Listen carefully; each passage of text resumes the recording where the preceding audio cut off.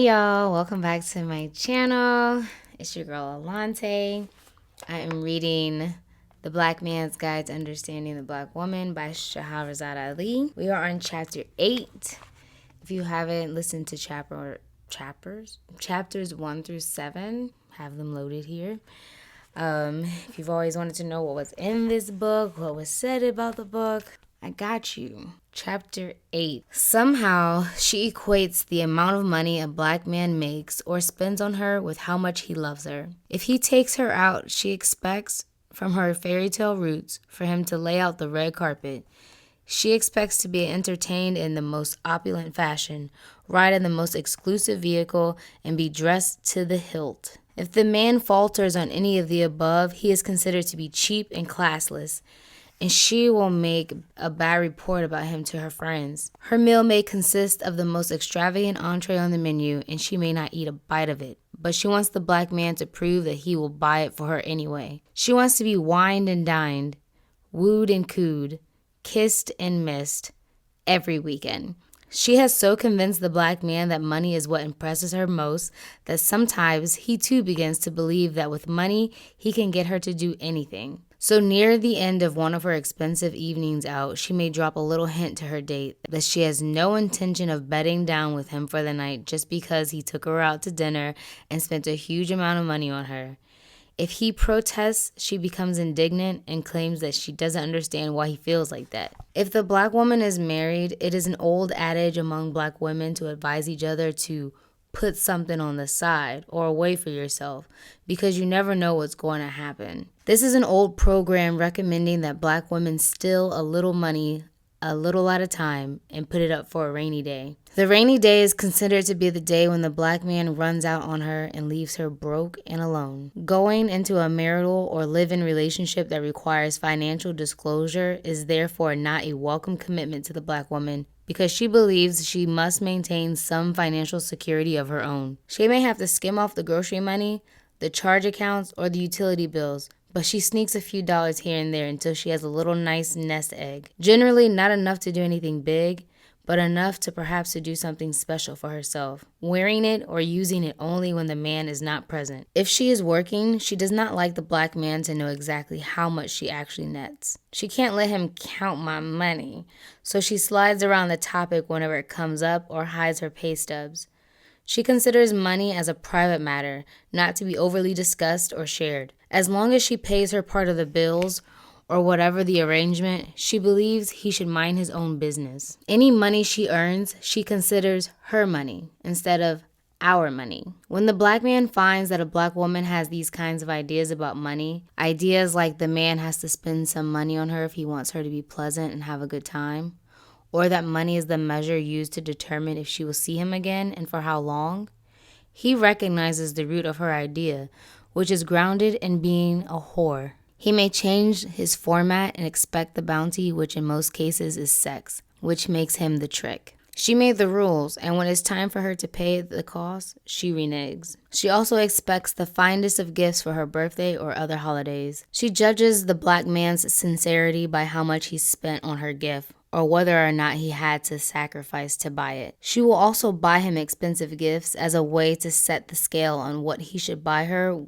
when her turn comes around. If she is trying to impress him or get him to care more about her, she may purchase expensive gifts for him without his knowledge or request. She may buy him things to gain some leverage in the relationship. To her, gift giving is connected to ownership. She thinks that if she does a lot of nice things for him or spends a lot of money on him, that he will remember her kindness and not do her wrong. This is her own script, and the black man knows nothing about it, and it is not used as a reason for him to behave one way or another.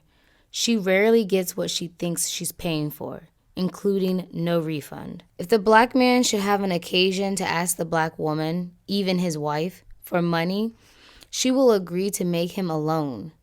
And woe to the black man who does not pay the black woman back her money. She will nag and nag and keep score and count of what he owes her until he pays her back. She may keep a tally for a year, compounding interest, reminding him almost daily about his debt to her. She believes that the bottom line of everything is the money. She is selfish when it comes to cash. The black woman will spend umpteen dollars on clothes if she is allowed. And beware of the nearly poor black woman who spends a lot of money on clothes or gifts for her man because she may be neglecting her children to do so in hopes of impressing the man with her love or riches. The black man can never be sure that the black woman needs or uses the money the way she claims she does. She hides money and sometimes begs every time she sees her man or any man whom she knows well enough to ask for money. The black man is sometimes better off actually paying the bills, renting, or buying the baby's shoes himself. At least that way he knows the money is actually going for what she said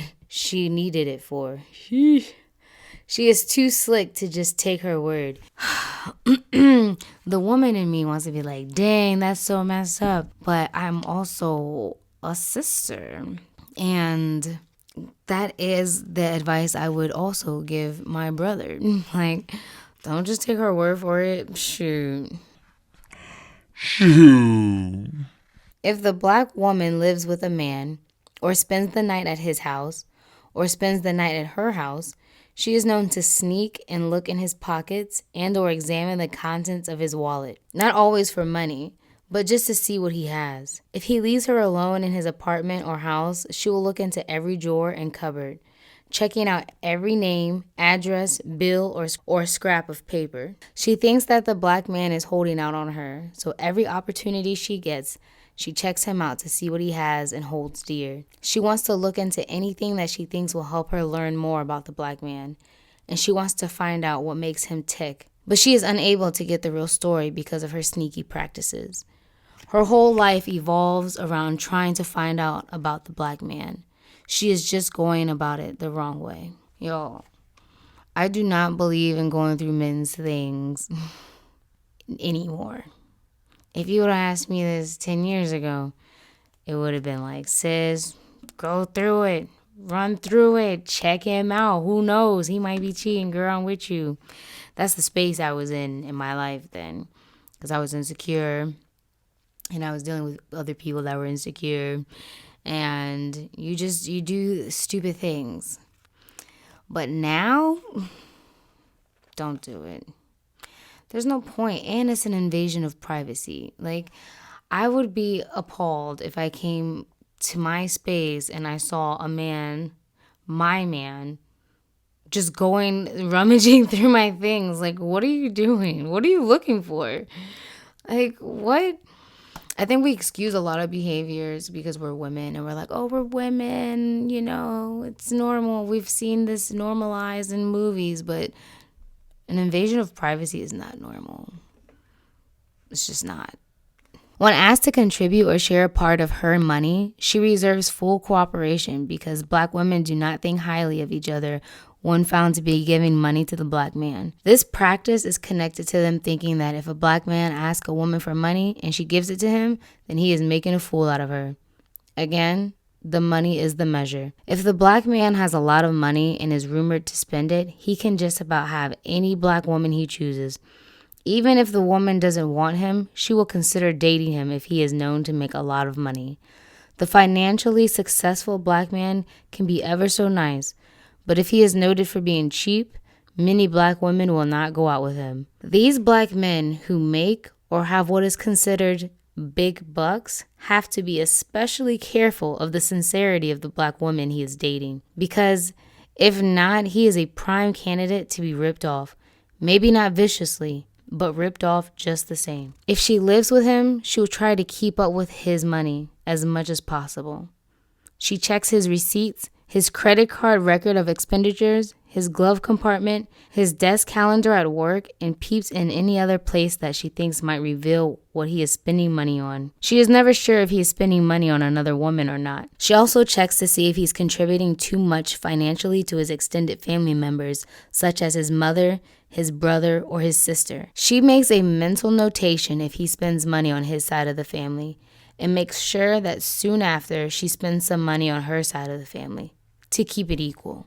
She does not ever want to find out that she is covering home expenses with her money while he is giving his away to his family. Sometimes he lies because he knows that she cannot handle the truth and will take him through a lot of hassles and changes about it. So he may lie just to keep her mouth shut and to keep from having a fight. In her psyche, money often is the god of her life, and she monitors it closely. Sometimes before marriage, she will spend money like it's water, and there is no end to its flow. She dresses fabulously, drives a nice car, and has a nice place to live. After marriage, when she can no longer hide the fact that she's been living on a thin line of financial support, she is ready to dump the entire debt on her new husband. While he was thinking that she had money of her own and is well endowed, she was only gaming on him to impress him that she is independently in the black. Because times are so hard and it requires a great deal of money to live comfortable, the black woman sometimes works outside the home. In other cases, she devises her own career goals and works because she enjoys it and has little interest in staying home and raising a family as a daily responsibility. Many times, the black man,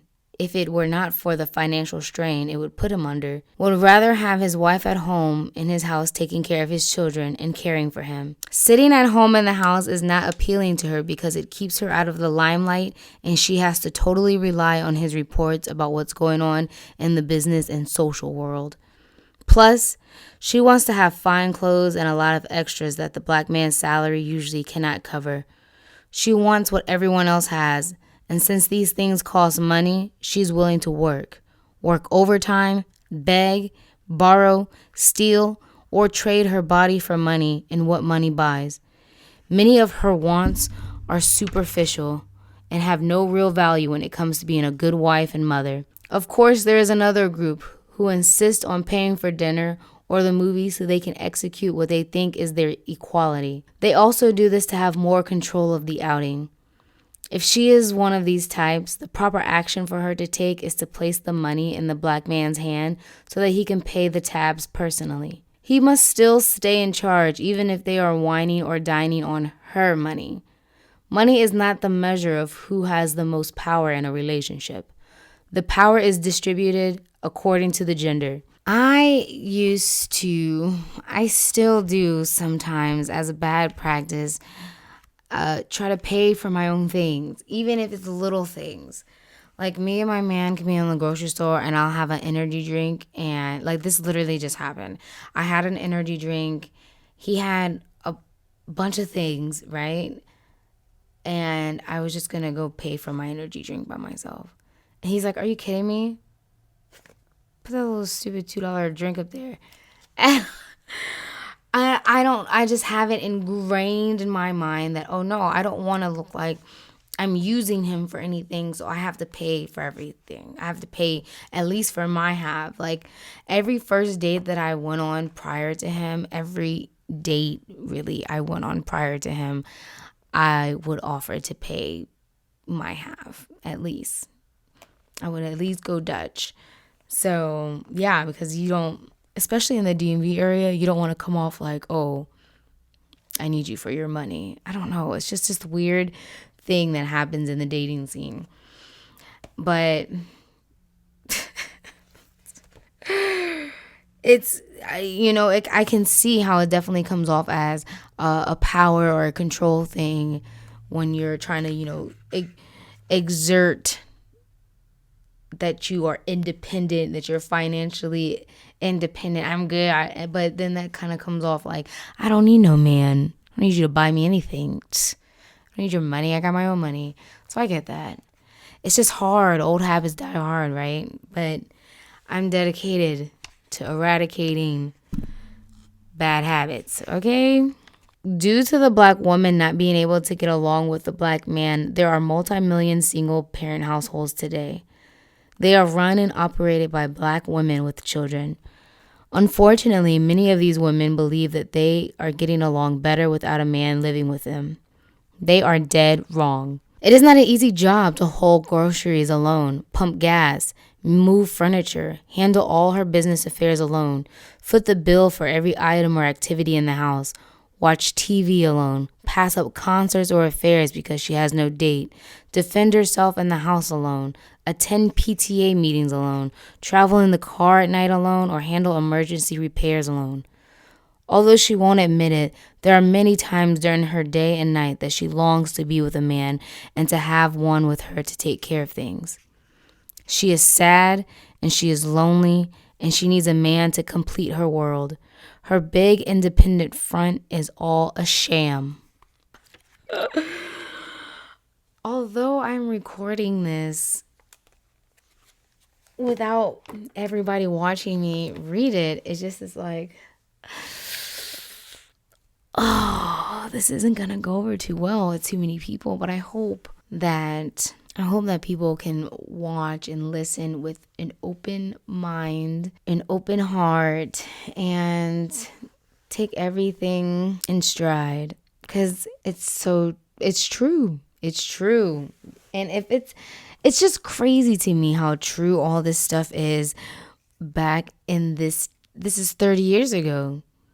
30 plus years ago, and we're still talking about the same topics. But anyway, what do you guys think? What do you guys think about the chapter 8 on money, how she handles her money, how she feels about money, her thoughts on money? I feel like it's just amplified today. It's like times a million.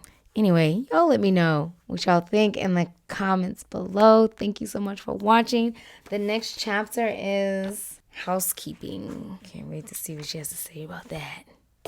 She has been reading us for filth. Let me know what you guys think. And thanks for watching. You guys have a good night. Bye.